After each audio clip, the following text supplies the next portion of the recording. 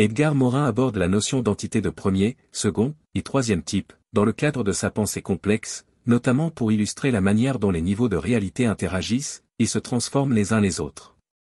Ces entités permettent de saisir l'évolution des systèmes et de mieux comprendre les dynamiques entre les éléments. Voici une explication développée de ces concepts. Entité de premier type, l'individuation. Entité de second type, l'organisation. Entité de troisième type, l'auto-éco-réorganisation.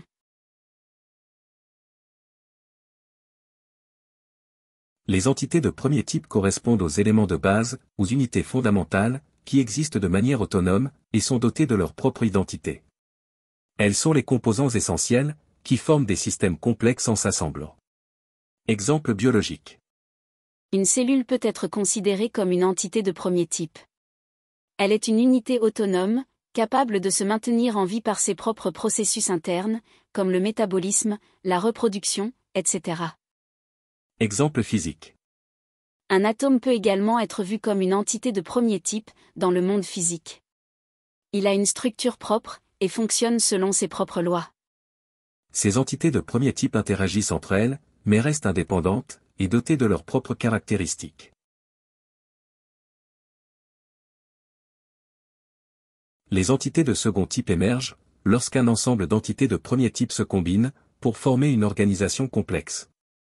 L'union de plusieurs entités de premier type crée une nouvelle entité, qui possède des propriétés différentes des éléments individuels qui la composent. C'est le principe d'émergence, où le tout est plus que la somme de ses parties. Exemple biologique. Un organe, tel qu'un cœur, est une entité de second type. Il est constitué de nombreuses cellules, qui sont des entités de premier type, mais son fonctionnement et ses propriétés, comme pomper le sang, ne peuvent pas être réduits aux simples actions de ces cellules. Exemple social. Un groupe humain ou une société est une entité de second type. Elle est formée par des individus, qui sont les entités de premier type, mais possèdent des dynamiques propres, comme des cultures, des lois, des normes, etc., qui n'existent pas au niveau individuel. Les entités de second type démontrent comment l'interrelation et l'organisation de composants individuels génèrent des caractéristiques inédites, non réductibles aux parties.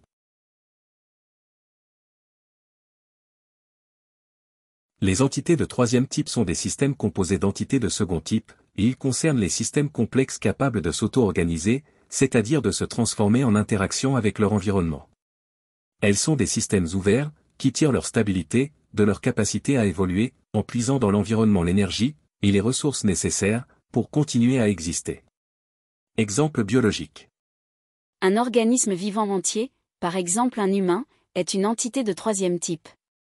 Il maintient sa vie en utilisant les ressources de son environnement, comme la nourriture et l'oxygène, pour assurer son métabolisme, sa croissance, et sa reproduction.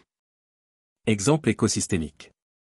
Un écosystème est également une entité de troisième type, où des interactions entre différentes espèces, comme les plantes, les animaux, les micro-organismes, et leur environnement, aboutissent à un équilibre dynamique, qui évolue selon les conditions externes. L'entité de troisième type est donc capable de s'auto-organiser, et de se transformer, en fonction des perturbations internes ou externes. Elle illustre la manière dont la complexité croissante d'un système, lui permet de devenir plus résilient et flexible. Morin avance que les sociétés humaines ne peuvent être réduites à une simple agrégation d'individus, ou de groupes, mais qu'elles possèdent leurs propres propriétés émergentes, qui transcendent celles de leurs membres constituants. Ces propriétés émergentes incluent des caractéristiques, telles que la culture, la langue, les institutions sociales, et les systèmes de valeurs partagées.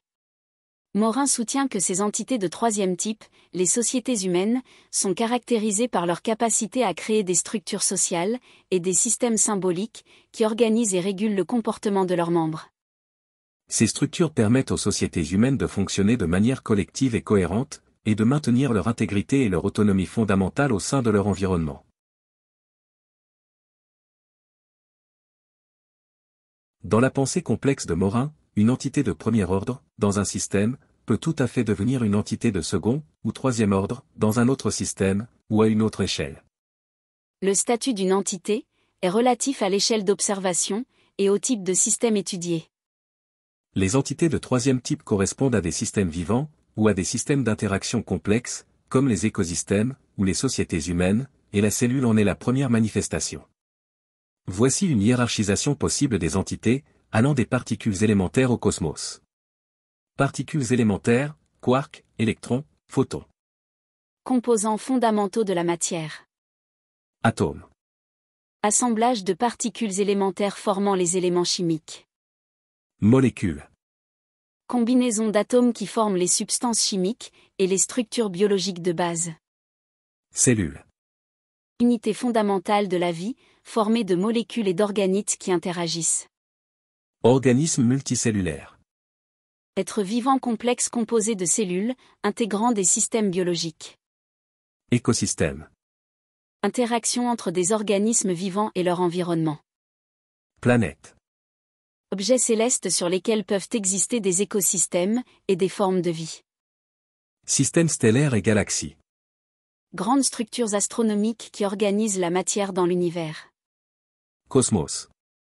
L'ensemble de l'univers, incluant toutes les formes de matière et d'énergie, dans une organisation à la fois chaotique et ordonnée. Ainsi, dans chaque système, les entités de premier, second et troisième ordre se reconfigurent selon la perspective ou l'échelle d'observation. L'idée maîtresse chez Morin est que chaque niveau de réalité est interconnecté et interdépendant, avec des rétroactions complexes entre eux.